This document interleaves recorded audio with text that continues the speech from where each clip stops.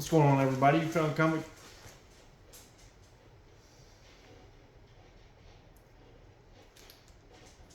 What's going on, everybody? You found Bottom Tier Collector, and I'm your host, The Bearded One. As always, thank you for liking, subscribing, commenting on my content. It's always much appreciated. So this past weekend, I went to Tupelo, Mississippi. About a 2 hour and 15-minute drive from my house. So not a terribly far drive. We're just looking for somewhere to go on a nice day trip. Spend the day, my wife and I, for our anniversary. We'll have been together for 9 years. Have been together since October 1st for 9 years, and we've been married for 6 years. So, been a lovely near decade with that woman. And she obliged me. She's not a comic book person at all. Almost kind of hates it. But you know, things you do for love, right? But that's okay. She puts up with me and accepts me for who I am. And that's one of the things I love about her. But she obliged me in my hobby, and the first stop we went to was Brat Comics, right outside downtown. It's still considered downtown Tupelo, but kind of outside the main downtown area. And the size of the store was nice. They had a lot of comic bins, but it wasn't well kept up. It's kind of dingy, and then there were so many long boxes of comic books that were just bent over, not in bags and boards, and just they had one long table. No, they had two rows of comics that were actually organized, bagged, and boarded. And they're priced okay. I wouldn't say they were like bargains, but they were like realistically priced. And then it seemed like the rest of the store, they had like 4, 5, 6 rows of like unbagged and boarded comics. And I just didn't really want to take the time to dig through them. I went through one long box, and it was nothing but 3 free comic book day issues of Trailer Park Boys, like the whole long box. So I just really didn't want to take the time to like go through long boxes like that. But I did find, I mean, it could basically be a grail just because of the demand that I have for this book. But I did manage to find Wolverine 144. I also went through the Green Lantern section up there. I found Green Lantern 148, the first appearance of Chip.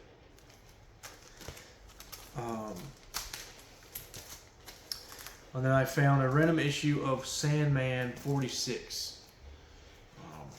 Just another run filler. And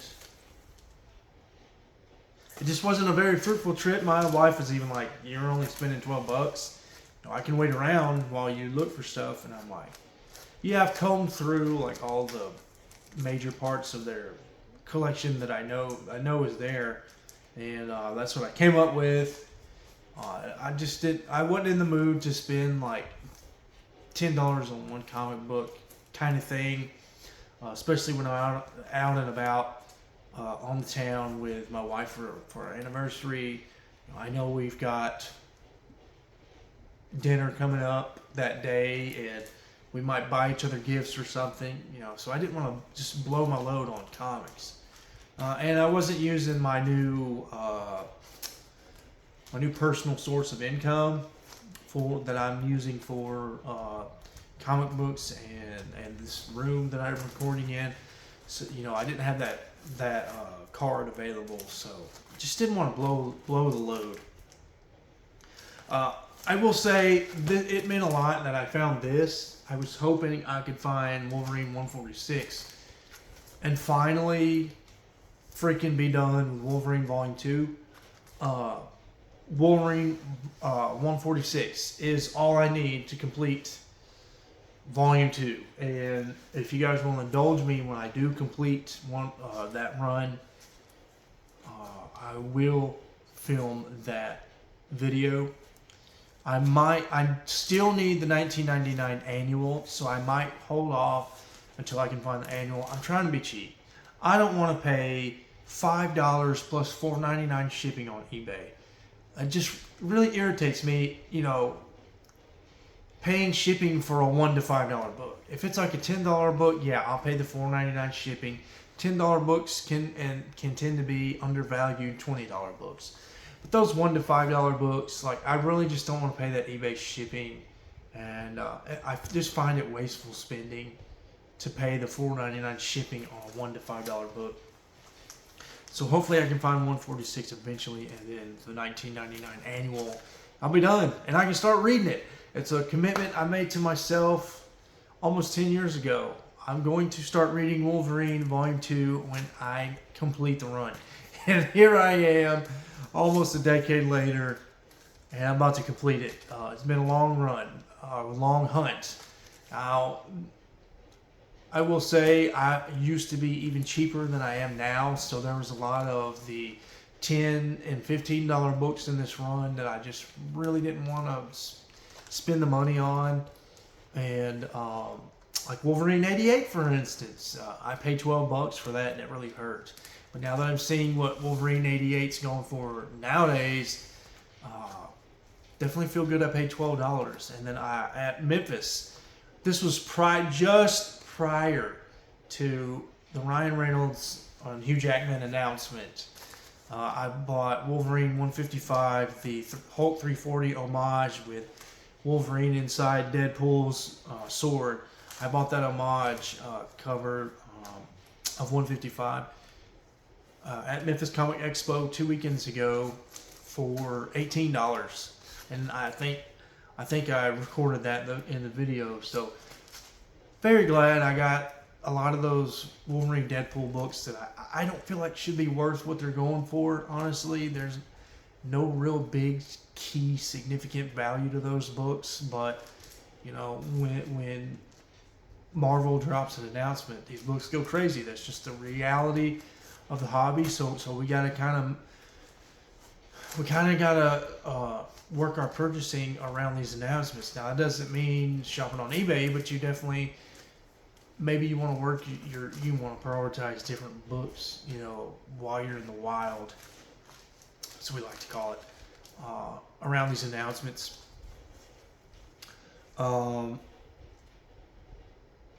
With this, I picked this up, first appearance of Chip. I'm trying a new strategy when I'm hunting. I didn't do it again. The bigger books when I was hunting Wolverine Volume 1, I would put off and delay. And I don't think that's the most efficient way to complete a run.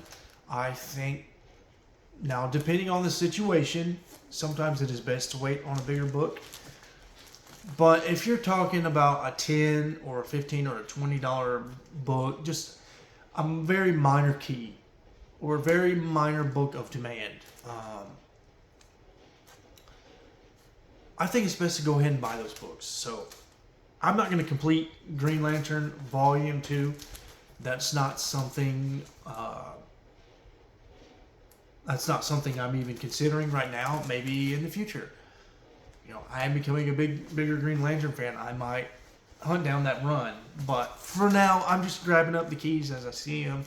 I bought that first official Guy Gardner as Green Lantern back at the Memphis Comic Expo. And now this, I also own first appearance of Omega Man. It is, in fact, signed by Marv Wolfman. So I've got some books in Volume 2, and I'm hunting first Kilowog. I may one day pull the trigger on first John Stewart. I don't know. And then I've got an idea for a Justice League International display on this wall over here. I may or may not actually do it one day. And so there may be some Green Lantern Volume 2 keys in there. But I think it just depends on the roster. I want to do something with the roster of the Justice League International, so it just depends on the roster and if those characters have any keys in Green Lantern Volume 2. But yeah, Just hunting the minor keys. That's why I picked that up. And then the Sandman 46. This is my Amazing Spider-Man hunt. Long before I was on YouTube or even watched people on YouTube, before comic book YouTube, I feel like was really that big of a deal. I was hunting my favorite character's books, Lobo, which I think I'm 3 issues away before I can legally say I own every single issue of that Lobo's ever appeared in. But my Grail run is Lobo Volume 2. That's like my Amazing Spider-Man run. My Batman Volume 1. But I already have it. And I've had that run completed, collected, bagged and boarded in this box down here at the bottom, safe and sound, for years now. And so, I'm hearing all these people talk about their Grail runs now on YouTube, and I want to have a Grail run. And so I really consider Sandman a Grail run. I think the storytelling transcends the medium, and I think one day it will transcend the medium. And if there's ever like a comic book literature class in universities in the future, if there isn't already, I could see Neil Gaiman's Sandman being taught in a university. So yeah, one more book in the Grail run, the Sandman run. I did go. This is something I'll add before I close. We ended up going to an antique mall, and it wasn't a traditional mall. It was like it was in a big like old warehouse. There was like old bullet holes in the windows, and it's in better shape than it sounds. And it wasn't even in a sketchy part of town. Just this old, like, it looked like an old like World War I era factory or something. And you went inside, and the owners had it all decorated and stuff. And it was basically consignment, where they had all these individual booths set up. And you looked through what each vendor had set up. And I didn't find any antique comics, unfortunately. No Golden Age. But I did find some Silver Age and some Bronze Age books. Nothing of value, like nothing noteworthy. There were some books on display. There was a couple books I thought about getting. There was a lot of Copper Age at that antique mall. A lot of the Marvel Comics Presents Wolverine books that I don't have. And I just decided against it. I just didn't feel like the right time. Again, I didn't have that card with my comic book money on it. On hand. I just wasn't expecting to buy comic books on this trip anyways. I even found there's a Death Metal Superman there. It was selling for like $16, which is below retail. And I'm piecing together a diorama, and I want to pay tribute to the Death Metal event DC did 2 years ago. It was my favorite event of all time, and I want to incorporate the action figures into it.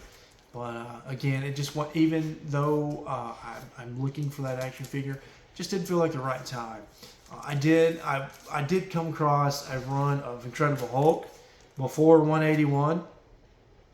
I'm flipping through it. I'm getting through the 160s, and I get to 175, and my heart's beating. I'm like, oh my God, am I fixing to find the biggest book on my wish list? Like, my heart's just 175, and then I turn 175, and there's Hulk 194. So I'm sure that vendor, if they had 180 or 181 or 182, they sold them on eBay, or they're listed on eBay. And so they definitely knew to pull the keys out. Man, I'm just hoping one day I can just find a Hulk 181 in the wild. That would be really freaking cool. I'm rambling, guys, though. Overall, it was a successful anniversary trip. The haul wasn't successful, but that's not what mattered. Glad, again, most glad for this 144 run filler. can put it away, and now I'm one issue away from completing the mammoth 189 issue run of Wolverine Volume 2. Hope you enjoyed this video, guys. Until next time.